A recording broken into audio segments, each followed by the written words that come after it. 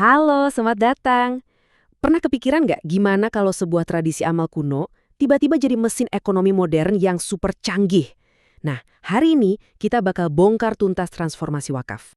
Coba deh bayangin, gimana kalau sedekah kita itu nggak cuma habis sekali kasih, tapi justru bisa terus tumbuh, berkembang, dan hasilnya itu membangun masyarakat. Bukan cuma sekarang, tapi buat generasi-generasi setelah kita. Keren kan? Nah, itulah inti cerita kita hari ini. Perjalanan wakaf dari yang tadinya cuma aset diam, sekarang jadi mesin finansial yang dinamis banget berkat sentuhan digital. Yuk kita mulai. Oke, sebelum kita loncat ke yang canggih-canggih, kita perlu paham dasarnya dulu ya. Di bagian pertama ini, kita bakal kenalan sama konsep wakaf tradisional, si raksasa yang tertidur. Jadi, intinya wakaf itu soal keabadian. Pikirin aja gini, kita mengunci pokok asetnya, entah itu tanah atau bangunan, supaya nilainya nggak hilang. Terus manfaat yang dihasilkan dari aset, nah itu yang disedekahkan terus-menerus. Jadi asetnya abadi, pahalanya ngalir terus. Nah, ini bedanya sama zakat. Kalau zakat itu ibaratnya dana flow, dana yang mengalir dibagikan sampai habis buat kebutuhan yang mendesak. Wakaf itu beda, dia itu dana stok. Atau gampangnya dana investasi. Aset pokoknya nggak boleh habis, malah harus dijaga dan dikembangkan. Inilah yang bikin wakaf jadi instrumen super unik buat pemberdayaan ekonomi jangka panjang. Dan jangan salah, potensinya ini bukan kaleng-kaleng. Tahu nggak, Badan Wakaf Indonesia itu memperkirakan potensi wakaf uang di negara kita itu bisa sampai 180 triliun rupiah tiap tahun. Itu angka yang gila banget, cukup buat jadi motor penggerak ekonomi yang serius. Nah, ini dia pertanyaan besarnya. Potensi segede itu, tapi kok kayaknya belum maksimal ya? Kenapa wakaf belum jadi kekuatan ekonomi utama? Jawabannya ada di sebuah pergeseran cara berpikir. Penasaran? Kita bahas di bagian berikutnya. Nah, disinilah revolusinya dimulai. Kita masuk ke bagian kedua, di mana muncul sebuah cara pandang baru yang benar-benar mengubah total cara kita melihat dan mengelola wakaf. Kuncinya itu ada di pergeseran fokus. Gini, cara pandang lama itu fokusnya yang penting asetnya aman, gak hilang. Jadi asetnya ada, tapi ya gitu-gitu aja, pasif. Nah, paradigma baru ini mikirnya lebih jauh. Tujuannya bukan cuma menjaga aset, tapi gimana caranya aset ini bisa menghasilkan lebih banyak manfaat. Asetnya harus kerja, harus produktif. Dari perubahan cara pikir inilah lahir model-model wakaf yang jauh lebih fleksibel dan modern. Jadi kita nggak ngomongin tanah atau bangunan doang. Sekarang ada wakaf uang tunai, wakaf saham, sukuk, bahkan wakaf perusahaan. Makin canggih kan? Coba kita ambil contoh yang paling keren, wakaf korporat.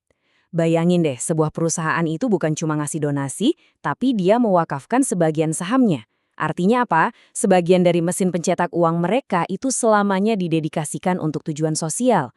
Jadi selama perusahaannya profit, manfaat wakafnya juga ngalir terus tanpa henti. Nah, itu dia kekuatan wakaf produktif. Oke, sekarang kita masuk ke era digital. Gimana teknologi mempercepat semua ini? Yuk kita lihat di bagian 3. Lihat deh data ini. Ini bukti nyatanya. Kita lihat pertumbuhan Cashbox Linked Sukuk atau CWLS. Di tahun 2020, angkanya masih 5 miliar rupiah. 3 tahun kemudian, di 2023, tahu nggak jadi berapa? 88 miliar. Ini lonjakan yang luar biasa. Ini bukan cuma angka. Ini bukti kalau kepercayaan masyarakat ke instrumen wakaf modern yang transparan itu makin besar. Terus, gimana sih cara kerjanya sekarang? Gampang banget. Pertama, kita bisa wakaf lewat aplikasi di HP. Simple. Kedua, dana kita dikelola sama Nazir. Ini pengelola profesional ya, yang bakal menginvestasikan dana itu biar produktif. Dan yang paling penting, ketiga, kita sebagai pemberi wakaf bisa mantau langsung perkembangan dana kita dan dampaknya kayak gimana. Semua transparan. Teknologi bikin wakaf jadi super mudah, akuntabel, dan bisa dijangkau semua orang. Tapi, ya namanya juga perubahan besar pasti ada tantangannya dong. Nah, di bagian 4 ini kita bakal lihat apa aja sih hambatannya. Oke, tantangannya nggak sedikit. Pertama, soal literasi digital para nazir alias pengelolanya. Platformnya bisa canggih, tapi kalau pengelolanya gaptek, ya percuma. Kedua, regulasi. Kadang aturannya tuh ketinggalan sama inovasi, jadi agak lambat. Ketiga, dan ini krusial banget, keamanan siber. Sekali aja ada kasus data bocor, kepercayaan publik bisa langsung anjlok. Terakhir, belum adanya standarisasi antar platform. Bikin kita yang mau wakaf jadi bingung milih. Ini semua PR besar loh. Oke, setelah kita bahas semua itu, sekarang coba kita lihat gambaran besarnya. Sebenarnya apa sih makna dari transformasi ini, dan wakaf mau dibawa kemana ke depannya? Yang perlu kita ingat, semua inovasi canggih ini tuh nggak meninggalkan akarnya sama sekali. Malah, ini sejalan banget sama tujuan utama syariah atau makosid syariah. Contohnya, wakaf buat kesehatan itu menjaga jiwa. Wakaf buat pendidikan itu menjaga akal. Wakaf buat ekonomi itu menjaga harta. Jadi, ini modernisasi yang justru bikin esensinya makin kuat. Dan yang lebih keren lagi, prinsip-prinsip wakaf ini ternyata nyambung banget loh sama standar global modern kayak SDGs atau ESG yang lagi ramai dibicarain itu. Ini bukti kalau wakaf itu relevan secara universal sebagai instrumen investasi yang etis dan berkelanjutan. Jadi, kita udah lihat perjalanannya ya, dari aset yang diam jadi kekuatan finansial yang produktif dan transparan.